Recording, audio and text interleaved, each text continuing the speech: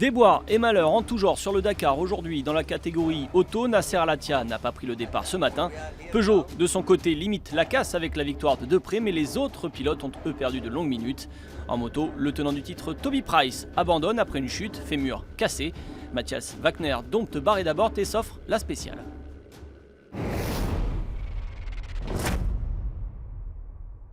Ce premier tracé en direction de la Bolivie a donc fait des dégâts aujourd'hui, notamment chez Peugeot. Au départ de San Salvador de Jujuy vers Tupiza sur les 416 km de spécial, du fèche-fèche, des franchissements et l'altitude, près de 3500 mètres en moyenne, et ce pour les 6 jours à venir. Stéphane Peter Hansel, parti en ouvreur, a fait une énorme erreur de navigation tôt dans la spéciale et a perdu de longues minutes avant de retrouver les bonnes traces. Résultat, près d'un quart d'heure de perdu. Autre souci, pour Peugeot, des ennuis techniques pour la 3008 de Sébastien Loeb. Il perd rapidement une vingtaine de minutes avant de stabiliser son débours en fin d'étape.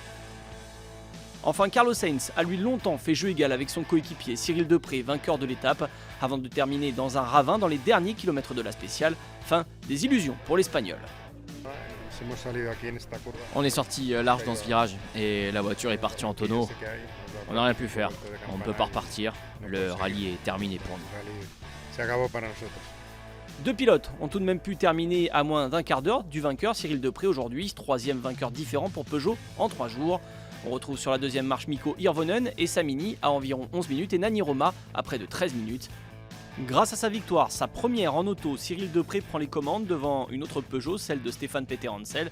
Mikko Hirvonen est à 5 minutes, il ne reste plus que 5 équipages en 10 minutes, les autres sont à plus d'une demi-heure.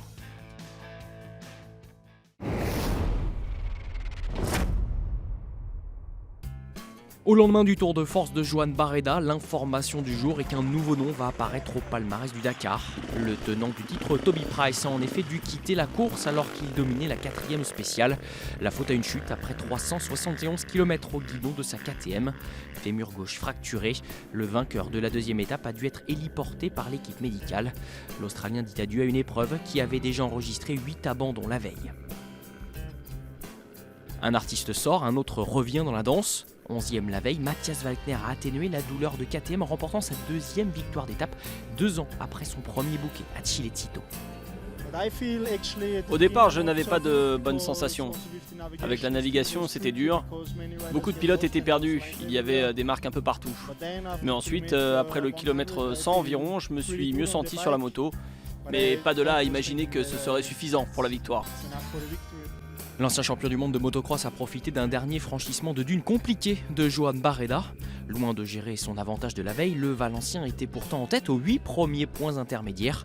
Deuxième, il réalise une très belle opération générale, ses premiers poursuivants Quintana et Sunderland ayant encore perdu une dizaine de minutes. Le podium du jour est complété par une autre Honda, celle du français Michael Metsch, qui en profite pour intégrer le top 10 du général. Un classement où l'écart entre le leader et son dauphin est aussi important qu'entre le 2e et le 10e.